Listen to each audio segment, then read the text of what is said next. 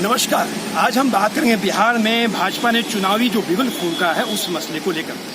देश तनाव में और बीजेपी चुनाव में यह आरोप लगाया है कांग्रेस ने भाजपा के ऊपर।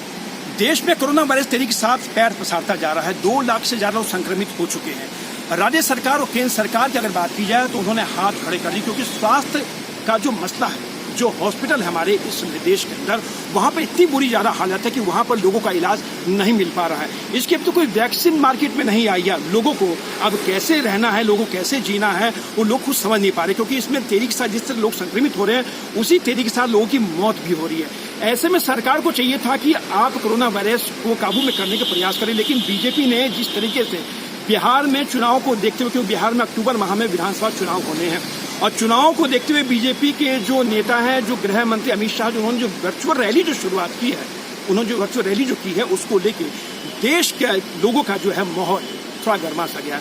लोग ये सोचने में मजबूर हो चुके हैं कि आखिर भाजपा ऐसे समय के अंदर कैसे चुनावी रैली का बिगुल फूंक सकती है।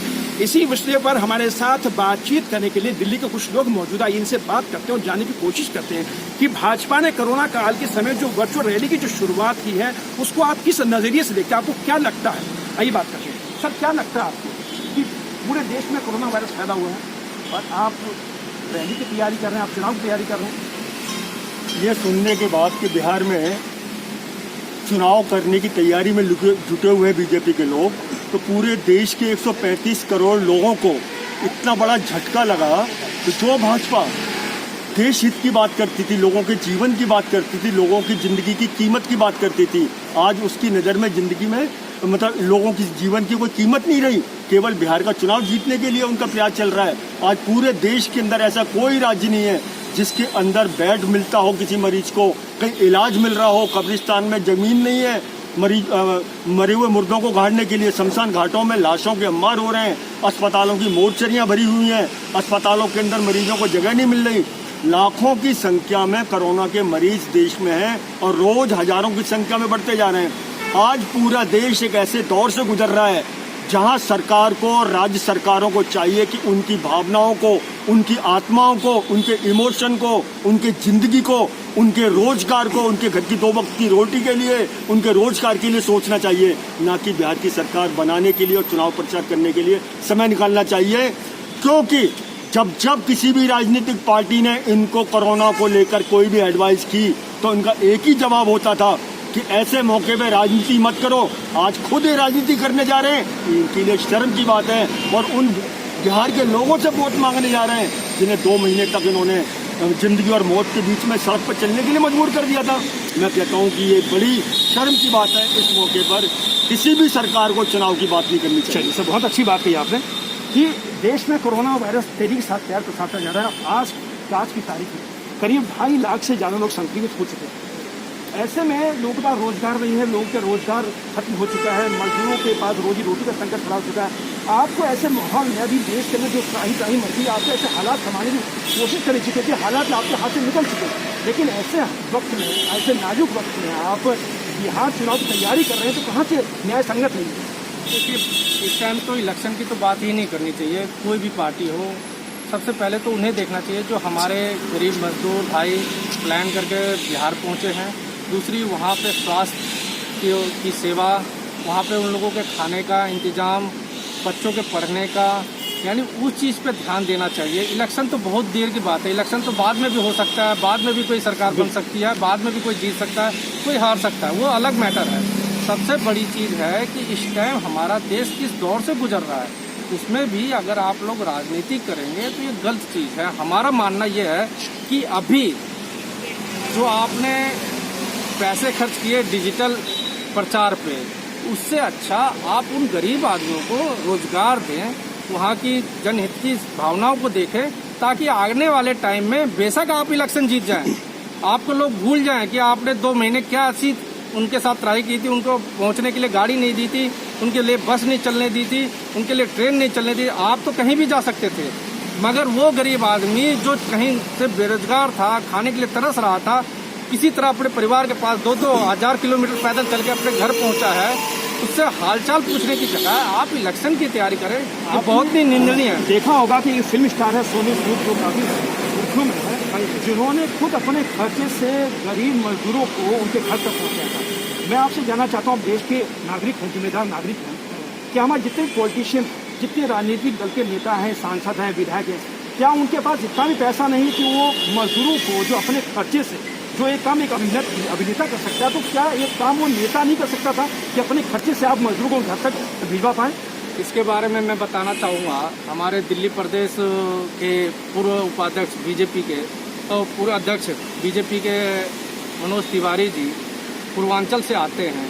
उन्होंने एक बार भी कोशिश नहीं करी कि अपनी एक टीम लेके, जो 7 MP हैं, मेंबर ऑफ पार्लियामेंट हैं, वो जाएं और आदरणीय प्रधानमंत्री जी से ये कहें कि जो हमारे पूर्वांचल भाई जा रहे हैं उनके लिए ट्रेन की सुविधा कराया जाए या ये यानी बस की सुविधा जाए। ऐसा कोई बात नहीं किया, और तो और वो हरियाणा में चले गए क्रिकेट खेलने। तो इससे क्या पता चलता है कि इन लोगों की, और आप पूरे एपिसोड में देख लीजिए, 3 महीने के एपिसोड में देख लीजिए, जितने हमारे गरीब भाई हाईवे पे चल रहे थे उनकी मदद करने कोई बीजेपी का कार्यकर्ता नहीं आया, और न कोई कमेंट्स कि उन्होंने गलत किया। सोनू सूद जी ने बहुत अच्छा किया है, मैं उन्हें अप्रिशिएट करता हूँ। दूसरी चीज, जितने भी कांग्रेस के, बीजेपी के, समाजवादी पार्टी, बहुजन समाज पार्टी, यानी हमारे तेजस्वी प्रताप की पार्टी के, जो भी पार्टी के हैं लोग, वो ये सब इलेक्शन को भूल के सबसे पहले हर आदमी के खाने का, रहने का इंतजाम करें। अब कोरोना वायरस से जो आपदा आई है उससे निपटने का कोशिश करें। मेरा तो ये सबसे पहले। अभी आपने एक बहुत अच्छा जिक्र किया, रोम का आपने जिक्र किया। देखिए, मेरा मानना है कि इस मौजूदा हालत में अगर हमारी आदरणीय मोदी सरकार जो चुनाव की बात कर रही है, तो मैं तो केवल यही कहूँगा कि एक पहले भी ऐसा हो चुका है हमारी दुनिया में कि रोम जल रहा था और वहाँ का शासक बांसुरी बजा रहा था। तो मैं समझता हूँ कि आज हमारा देश में मौत का तांडव हो रहा है और हमारी सरकार चुनाव लड़ना चाहती है और चुनाव जीतना चाहती है। सवाल ये नहीं है चुनाव लड़ना चाहती है, सवाल अभी आपने एक बात कही कि सूद साहब ने बहुत बढ़िया काम किया, उसकी तर्ज के ऊपर हमने भी बहुत बढ़िया काम करने की कोशिश की थी और लोगों ने भी की। प्रियंका गांधी ने भी 1000 बसें भेजी थी, उनकी तो जांच बैठा दी कि बसों में कमी है, तुमने बसें गलत भेजी, ऑटो रिक्शा भेज दिया, टैक्सी भेज दी, एम्बुलेंस भेज दी। किसी ने खाना बांटा तो योगी जी ने उसके ऊपर FIR करा दी। तो सेवा भावना करने का दी इन्होंने, जो करना चाहता है उसके खिलाफ मुकदमा दर्ज करने, उसमें भी राजनीति करी गई, उसमें भी। और आज ये खुद राजनीति कर रहे हैं, बड़ी शर्म की बात है। और ये राजनीति इनको अभी मौका नहीं है करने का। चलिए, क्या कहेंगे, आप भी देश के नागरिक हैं, ऐसे वक्त में, ऐसे नाजुक दौर में क्या भाजपा को चुनावी प्रचार की या चुनाव की तैयारी करना सही से जायज है? इस समय हमारे देश में जो स्थिति है, कोरोना से जो लोग परेशान हैं और जो गरीब लोग परेशान हैं, इस टाइम भाजपा को उन पर ध्यान देना चाहिए। गरीब लोगों की सहायता करनी चाहिए और खाने पीने की व्यवस्था करनी चाहिए, हॉस्पिटलों में अपने व्यवस्था करनी चाहिए ताकि वो लोग किसी भी चीज़ से परेशान हो, उनको हेल्प मिले। आज राजनीति करने की जरूरत नहीं है, आज देश को संभालने की जरूरत है। भाजपा ने बिहार में चुनावी बिगुल फूंक दिया है।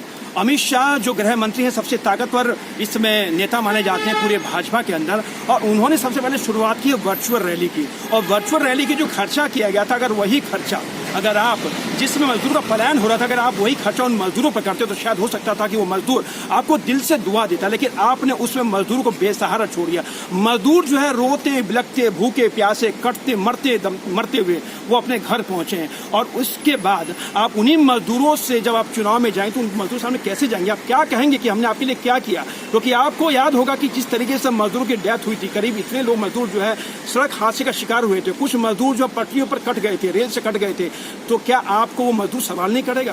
खैर चलिए, सवाल जो करेगा तो करेगा, लेकिन कहीं से भी इस समय देश में इसमें कोरोना वायरस बहुत फैला हुआ है, इसमें लोग संक्रमित हैं, लोगों के पास रोजगार नहीं है, लोगों के पास खाने पीने का साधन नहीं है, और इतनी त्राही मची हुई है कि लोग वैसे ही बेमौत मर रहे हैं। और ऐसे में अगर आप वर्चुअल रैली करते हैं और ऐसे में अगर आप बिहार चुनाव की तैयारी करते हैं, तो कहीं ना कहीं आप ये समझ लीजिए कि देश की जनता आपको। Suresh Jha, news network, Delhi.